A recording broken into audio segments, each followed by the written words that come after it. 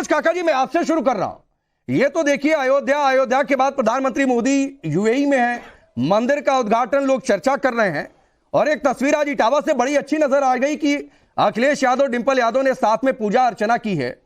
यानी इसको देखा कैसे जाए? आप लोग हिंदुत्व के रास्ते पर आ रहे हैं या भाजपा का मंदिर दर्शन का जवाब है ये?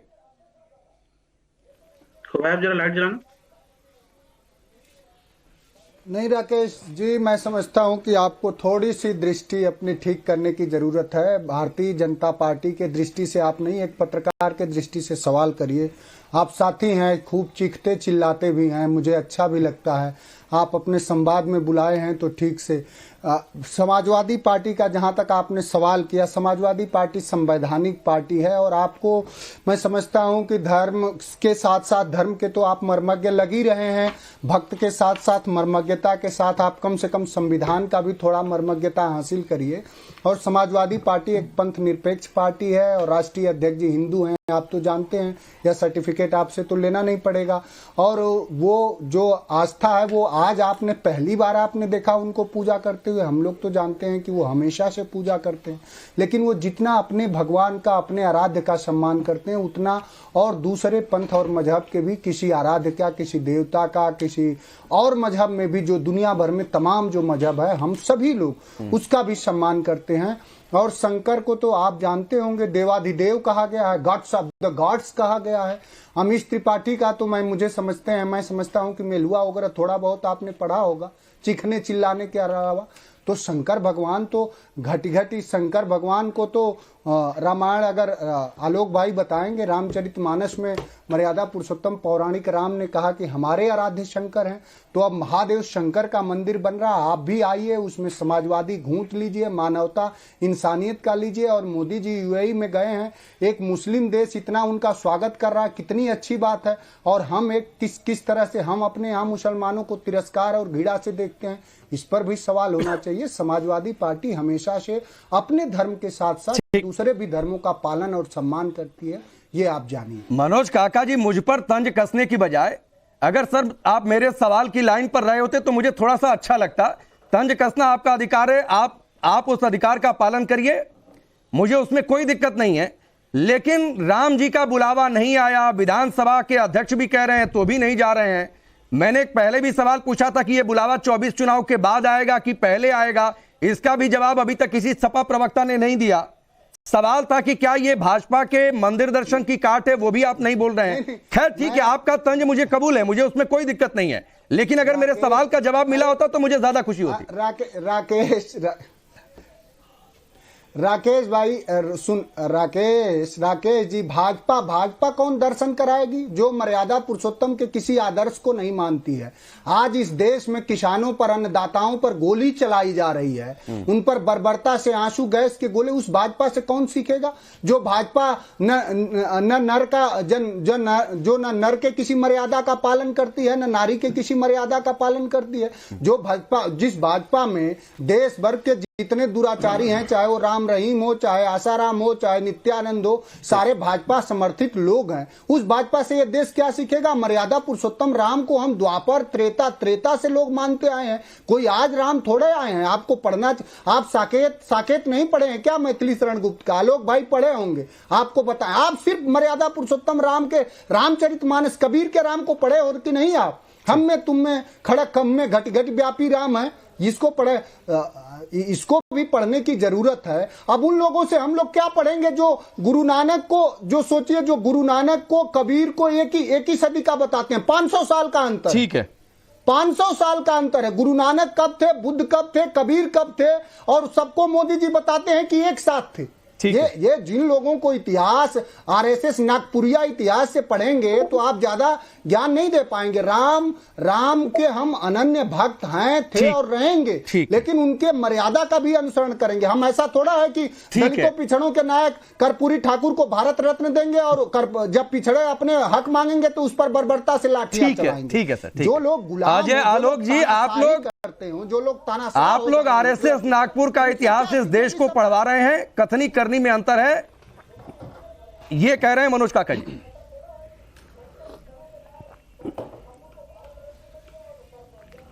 देखिए मनोज काका जी भारतीय इतिहास और भारतीय सभ्यता के बारे में बहुत जानते हैं, लेकिन कभी कभी बेचारे फंस जाते हैं, क्योंकि जिस पार्टी को बिलोंग करते हैं वो तो इस देश में भारतीय इतिहास नहीं, वो तो फारसी इतिहास और काबा का इतिहास पढ़ाने में ज्यादा यकीन रखती है।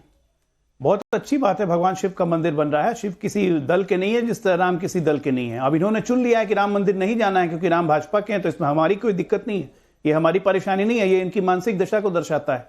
इनके पार्टी के नेता, इनके पार्टी किस ढंग से सोचती है कि अयोध्या जाएंगे तो मुसलमानों का वोट नहीं मिलेगा, तो इसलिए नहीं जाएंगे अयोध्या लोकसभा चुनाव तक।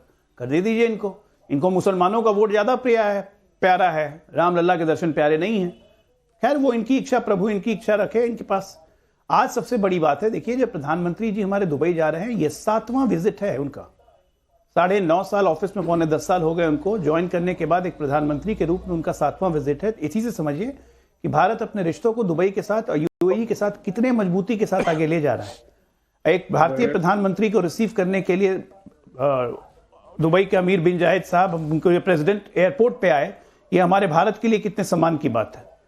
और यूएई जो एक इस्लामिक नेशन है, आज प्रधानमंत्री जी के प्रयासों के कारण वहां यूएई सरकार ने अपने पैसे से अपनी जमीन देके वहां पे एक हिंदू मंदिर बनवा रही है। ये कितने गर्व और सम्मान की बात है, ये पूरे भारतीयों का पूरे विश्व में सम्मान की बात है। ठीक है, निमित्त है, प्रधानमंत्री जी तो निमित्त है, उनको इस कार्यों के लिए चुना गया था। ये कार्य पहले भी हो सकते थे लेकिन किसी ने नहीं किया, प्रधानमंत्री को चुना गया, तो प्रधानमंत्री तो निमित्त मात्र हैं। लेकिन उस निमित्त मात्र से इतनी नफरत है इस देश में लोगों को, तो उसके लिए हम क्या करें भाई? आप मोदी नाम का पिटारा पीटते रहिए, रोज सुबह जप करिए, मोदी भजन कीजिए, उससे हमें कोई दिक्कत नहीं। लेकिन देश, भारतीय, हिंदुस्तानी जो पूरे विश्व में रह रहा है, जो भारत में रह रहा है, वो आज मोदी जी में अपना नायक को देखता है। आप बताइए राकेश जी, यहाँ बैठे हुए पैनल पे मनोज भाई बहुत अच्छे मित्र हैं मेरे, मैं इन्हीं से पूछता हूं, एक प्रधानमंत्री भारत का बता दीजिए जो लगातार तीसरी चुनाव में जिसकी पॉपुलैरिटी बढ़ते चली गई हो। नेहरू जी का भी अगर 3 बार लगातार प्रधानमंत्री बने तो लगातार उनका वोट परसेंटेज और पॉपुलैरिटी गिरती गई है। ये ऐतिहासिक रिकॉर्ड है, मैं गलत नहीं बोल रहा हूं। और अकेला प्रधानमंत्री मोदी है जिसका हर चुनाव में पॉपुलैरिटी और वोट परसेंटेज बढ़ते जा रहा है। ये अंतर है। देश को सही मायनों में नायक मिला है, नफरत करना छोड़िए, प्रोग्रेसिव पे चलिए, राजनीति चलती रहेगी, देश को आगे बढ़ना। मनोज काका जी आप जवाब दे दीजिए, मैं एक सवाल और ऐड कर देता हूं। जो बातें अजय आलोक जी ने कही है कि सर यहां तो एक मंदिर बने, उसके लिए कितनी बड़ी लड़ाई हुई, गोलियां तक चल गई आप लोगों की सरकार में। वहां तो प्रधानमंत्री मोदी ने आज कहा है कि मैंने तो एक बार रिक्वेस्ट की थी, उसके बाद तुरंत जमीन मिली, मंदिर बन गया। देखिए आलोक जी के भी और आपके भी समाप्त का, चूंकि वैचारिक रूप से आप लोग सैद्धांतिक साथी है ना, वैचारिक रूप से एक ही काम है दोनों लोगों का, नफरत फैलाना। ये सोचिए, एक जो आलोक ने जो बात कही, आलोक भाई ने जो बात कही कि एक इस्लामिक कंट्री एक हिंदू मंदिर बना करके और अपने धर्म निरपेक्षता का, अपने समाजवादी स्वभाव का प्रदर्शन कर रहा है, और वही प्रधानमंत्री जब इस देश में रहते हैं तो क्या भाषण देते हैं कि कपड़े से लोगों को पहचानते हैं। किसको पहचानते हैं वो कपड़े से? वो सारा नफरत, वो वही प्रधानमंत्री हैं जिनको एक मुस्लिम कंट्री ने बुला के मंदिर बनवा करके उसका उद्घाटन, प्रतिमा का अनावरण करा रहा है। ये वही प्रधानमंत्री हैं जब अपने देश में आते हैं तो अपने देश में मुसलमानों से नफरत करते हैं। जो बिल्किस बानो को न्याय नहीं दे पाते हैं, वो भी एक बेटी है, हमारे देश की बेटी है। तो इस प्रधानमंत्री का ये दोहरा चरित्र है और कहीं कोई लोकप्रियता नहीं बढ़ी है। आलोक भाई 1940 में आपको जाना चाहिए, हिटलर की भी लोकप्रियता बढ़ी थी, लेकिन उसने क्या करा बात में? यही करा। तो कहीं कोई लोकप्रियता आपकी नहीं बढ़ी है। आपके विपक्ष में अभी भी इस देश में 65% वोट पड़े हैं। जब नरेंद्र मोदी ने 303 का आंकड़ा लाया तो भी 37% वोट आपने पाया और 63% वोट आपके विरोध में पड़ा। ये आप संज्ञान रखिए हमेशा। तो इस देश में आज भी समाजवाद, मानवता और इंसानियत को चाहने वाले लोग हैं और नरेंद्र मोदी जी कहीं कोई लोकप्रियता नहीं बढ़ी है। हाँ, आपको चारण चंपना करना है, चारण चंपना नहीं करेंगे नौकरी चली जाएगी। आप देखिए ना, कल तक जो नीतीश आपके खलनायक होते थे आज नायक हो गए। गोदी में बैठाइए, खूब खिलाइए, फिर जाएंगे तो आपकी अपनी कोई भाषा है यार, आपकी अपनी कोई मर्यादा है, आपकी अपनी कोई सूचिता है। गुलाम व्यक्ति हैं, गुलामी करते रहिए। नहीं, फिर ऐसे क्यों व्यक्तिगत टिप्पणी पर जा रहे हैं? चलिए अजय आलोक जी जवाब दे लीजिए, फिर मैं आगे बढ़ता हूं दूसरे मेहमानों की ओर।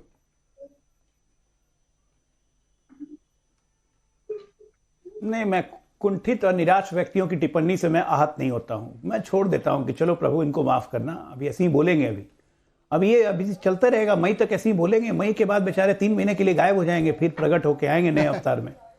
अरे दूसरी बात मनोज भाई, सच सच बोलिए, दिल पे हाथ रखिए। भाई कुंठा कौन समाजवादी बचा भाई, सब तो परिवारवादी हो गए। कितने अरे कितने बार जेपी, आपको बीच में नहीं, बदलना बीच में नहीं, पड़ता है, टिल्ट होना मैं बीच पड़ता में नहीं बोल रहा था, बताइए मैं ना बीच में नहीं बोल, कभी बताइए ना मनोज काका समाजवादी सिद्धांतों से हटे हो तो, और आपको यकीन दिलाता हूँ जीवन भर हम लोग इंसान और इंसानियत की लड़ाई लड़ते रहेंगे, जीवन भर समाज। अच्छा सुन लीजिए मनोज जी, सुन लीजिए, इंतजार कर रहे थे आजाद नहीं, संयम का जो अरे मैं खत्म तो कर लूं। आत्मसात अगर कोई करता है तो समाजवादी लोग करते हैं। ठीक है मनोज जी, सुन लीजिए, उनकी बात पूरी हो जाए, जो लोग इंतजार भी कर रहे हैं। बोल लेता हूं। गणनाचल उचित साम उदार चरितानांतु वसुधैव कुटुंबकम, उसको समाजवादी लोग व्यवहार में लाते अच्छा हैं। आप कहाँ ला पाएंगे? ठीक है आ जाए लोग। अरे सुन लीजिए ना, 1 मिनट। अच्छा सुन लीजिए, राम मनोहर लोहिया जी की और जयप्रकाश नारायण की आत्मा कराहती होगी जब आप लोग जैसे दल अपने आप को समाजवादी कहते हैं, आप जैसे दल, राष्ट्रीय जनता दल जैसे दल, डीएमके जैसे दल अपने आप को समाजवादी कहते हैं ना, लोहिया जी की आत्मा कराहती होगी कि कहां से ये आगे मेरे चेले। जेपी आंदोलन के निकले हुए प्यारे चेले आज के डेल में सबसे बड़े परिवारवादी, सांप्रदायिकवादी और सामंतवादी हो चुके हैं। कौन से समाजवाद की आप बात करते हैं? आप समाजवाद की बात करते हैं, धारा 370 का विरोध करते थे, क्यों? समाजवाद का पहला नियम है आरक्षण। 370 में तो आरक्षण नहीं मिलता था। आप समाजवादी हैं, 370 का विरोध क्यों किया? समाजवादी हो पाएंगे? क्यों किया विरोध आपने? समाजवादी आपके पास कोई जवाब है? अब एक मिनट सुनिए, बीच में मत बोलिए, ऐसे डिबेट नहीं होती है, डिबेट ऐसे नहीं होती है। आप समाजवादी नहीं है, आप लोग घोर परिवारवादी है, आप लोग घोर परिवारवादी। अच्छा ठीक है, 30 सेकंड में अपनी बात पूरी करिए।